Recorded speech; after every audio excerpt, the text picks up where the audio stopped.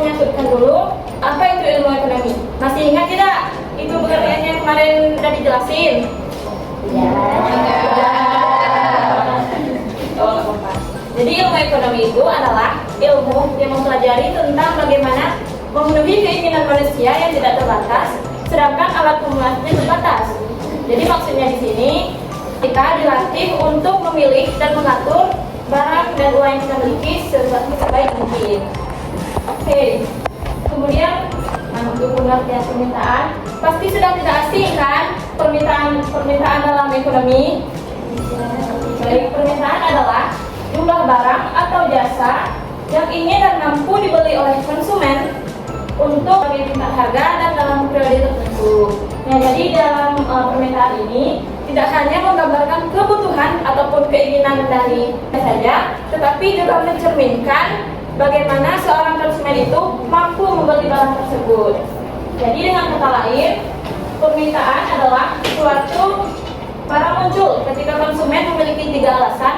Yang pertama karena menginginkan barang tersebut, kemudian mampu membelinya, dan yang terakhir bersedia membayar pada tingkat harga yang ditentukan.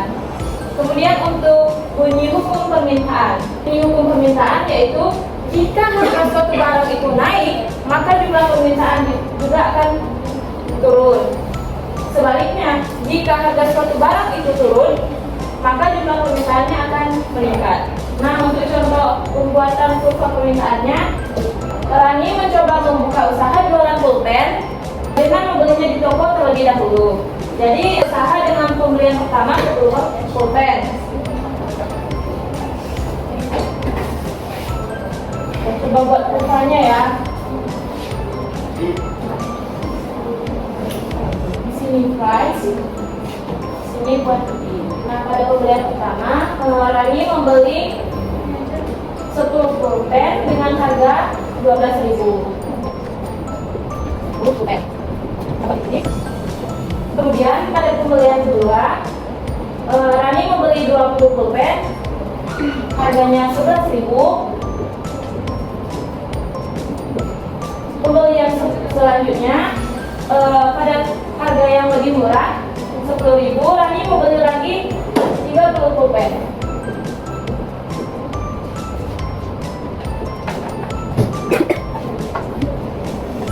Baik, selanjutnya pada harga 9.000,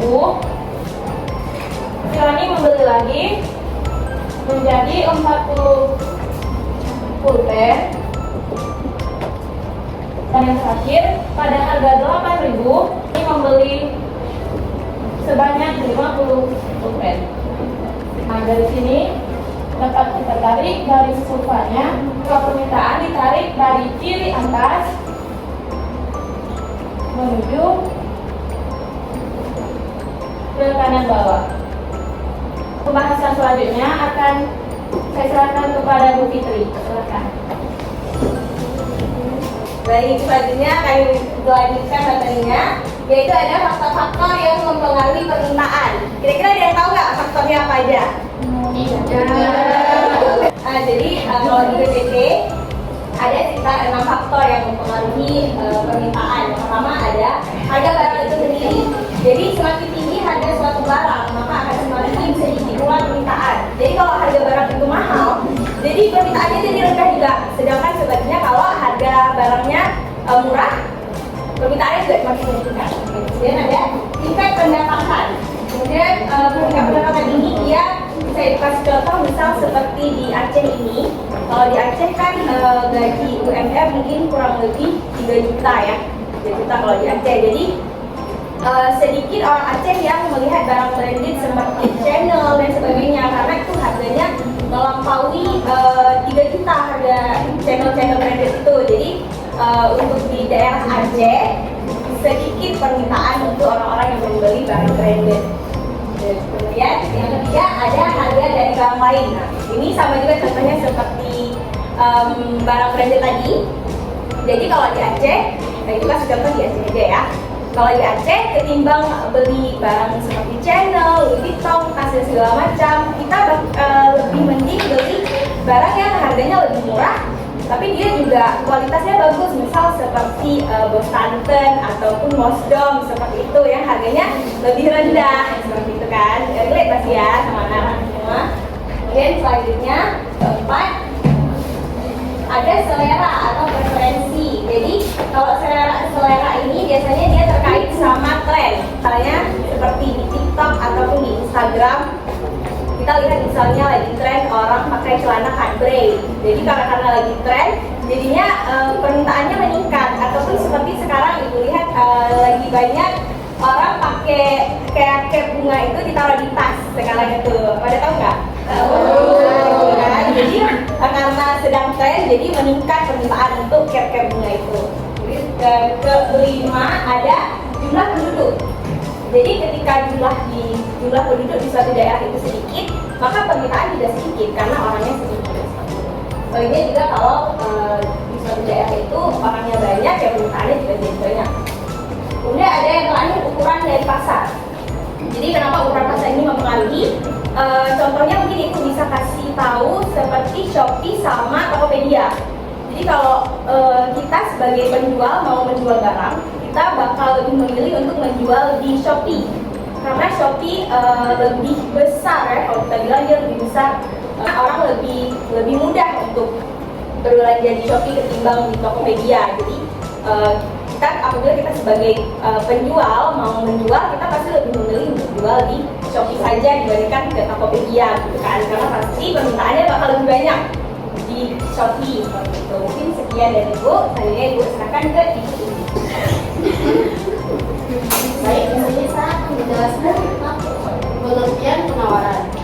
Nah, penawaran ini adalah jumlah barang atau jasa yang tersedia dan siap dijual oleh produsen kepada si konsumen pada tingkat harga dan waktu tertentu di pasar. Nah, penawaran ini menunjukkan niat dan kemampuan produsen untuk dalam berbagai kondisi harga. Nah, contohnya misalnya nih, si Dara dia menjual es krim dengan harga 5.000 per potongnya. Nah, si Dara ini dia akan menjual 10 potong es krim di setiap harinya, tetapi di saat harga es krimnya menjadi 7.000, si Dara dia lebih semangat untuk menjual sekitaran 15 es krim per potongnya di setiap hari. Itulah contoh dari contoh sederhana dari pengertian penawaran. Sekian saya serahkan kepada Ibu Sohaiwa. Baik, materi selanjutnya ada untuk penawaran. Jika harga suatu barang itu naik, maka jumlah barang yang ditawarkan juga naik dan sebaliknya. Itu hubungan positif antara harga dan jumlah penawaran. Untuk itu ada rupa penawaran naik dari kiri ke angka yang atas.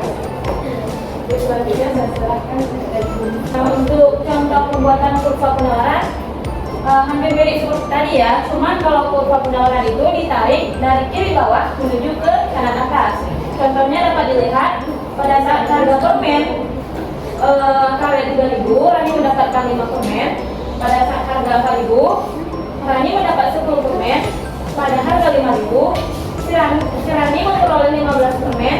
Pada saat harga 6.000, Rani mendapat 20 permen, dan kemudian pada saat harga permen itu 7.000, Rani membeli 25 permen. Selanjutnya akan disampaikan oleh Bu Suhaila. Baik, selanjutnya Ibu akan membahas tentang faktor-faktor yang mempengaruhi penawaran. Yang pertama ada harga barang itu sendiri. Harga suatu barang dan jasa mempengaruhi jumlah penawaran karena semakin tinggi harga suatu barang, maka akan semakin tinggi permintaan terhadap suatu barang atau jasa tersebut. Contohnya seperti petani menanam kopi. Jika kopi tersebut harganya menurun drastis, otomatis petani tersebut akan beralih ke penanaman yang lain atau ke usaha yang lainnya.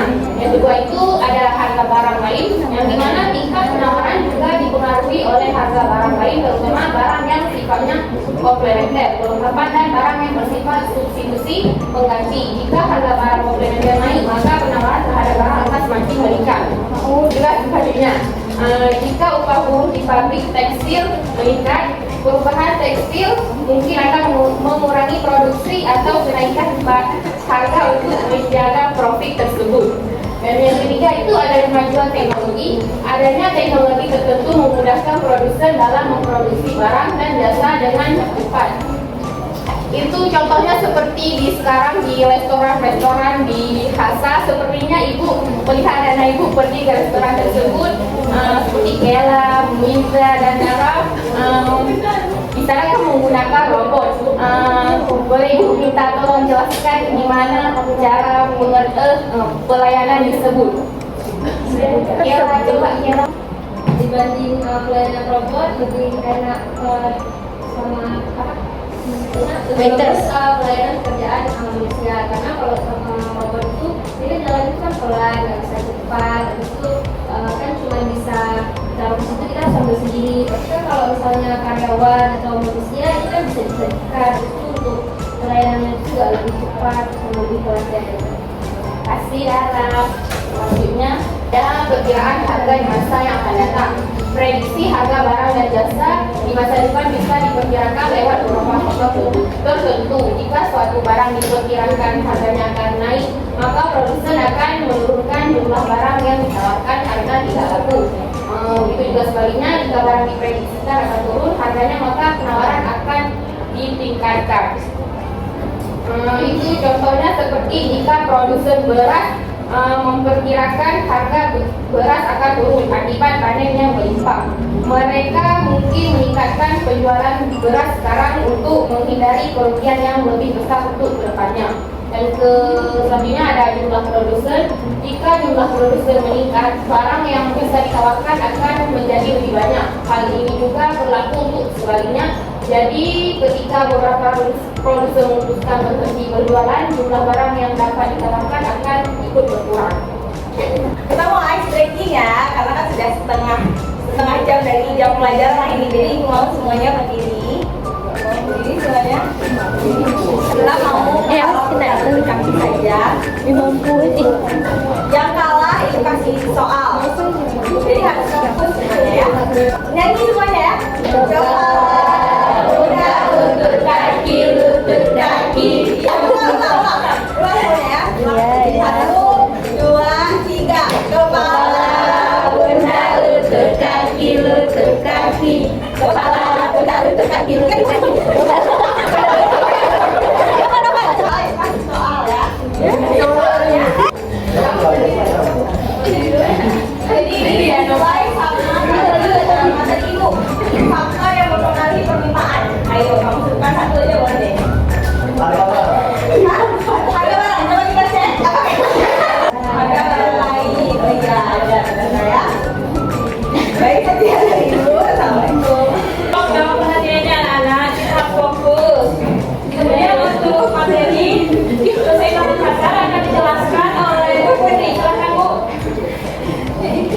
Jadi di sini ada keseimbangan pasar. Harga keseimbangan adalah harga ketika jumlah barang dan kita sama dengan jumlah barang yang ditawarkan oleh produsen.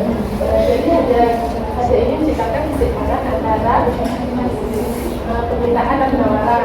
Yang kedua itu ada harga ini terbentuk dari interaksi antara pembeli dan penjual di pasar.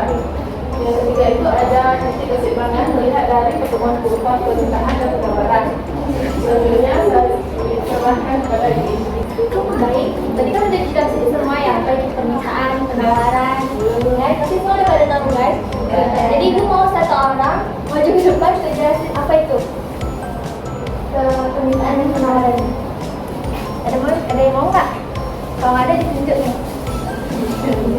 Teman-teman, saya akan menjelaskan tentang permintaan dan penawaran. Kalau misalnya permintaan itu adalah keinginan apa yang kita inginkan, atau permintaan yang kita butuhkan. Misalnya kita lagi membutuhkan sebuah layanan beras 5 kilo itu masuk permintaan seperti itu. Lalu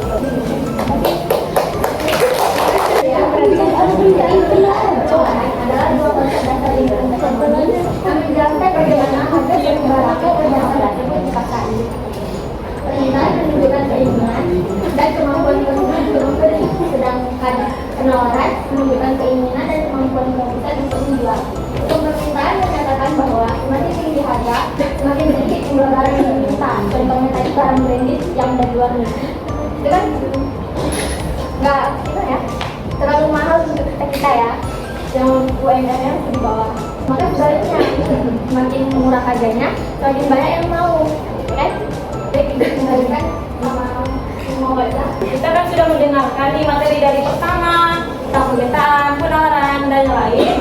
Kemudian di sini kami yuk mau memutar satu video di mana di sini kalian harus memperhatikan baik-baik. Nanti ibu tanya nih. Sebelum itu ibu mau buat kelompok dulu. Kita ada berapa orang nih? 20 ya. Jadi kita bagi dari 4 kelompok aja. Jadi satu kelompok 5 orang gitu. Yang dekat-dekat aja. Coba sini. Ayo rapatkan dulunya waktunya. Baik, karena suaranya tidak ada, jadi di sini menjelaskan harga bawang merah dengan cabai itu naik pada saat menjelang hari raya Idul Adha. Jadi di situ kami memberikan soal apa penyebab utama dari naiknya harga tersebut. Coba kalian tulis. Jadi ibu memberikan 7 menit untuk kalian mencari, dan ibu mau satu dari kalian nanti siapa saja anggota kelompoknya maju ke depan untuk mempresentasikan. Kalian cari aja itu penyebab utama naiknya harga barang pada saat menjelang hari raya itu. Perhatiannya untuk kelompok 1 sudah siap ya. Tolong mengurutkan kedua yang hanya untuk kiranya saya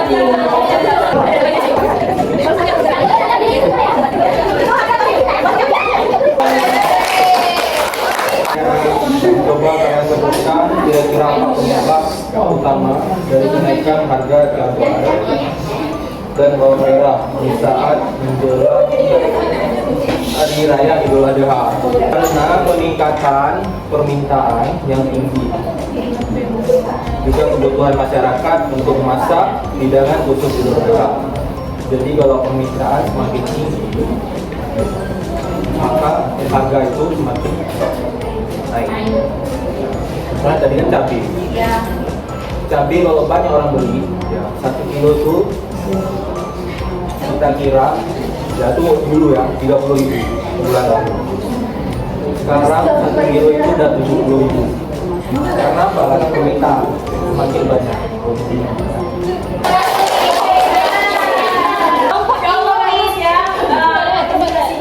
Kemudian ibu mau panggil kelompok Oke. Kelompok IMOE, nama anggota Novita Sagala, Nadila, Najila, Asmaul Husna, Siti, sama Mirta.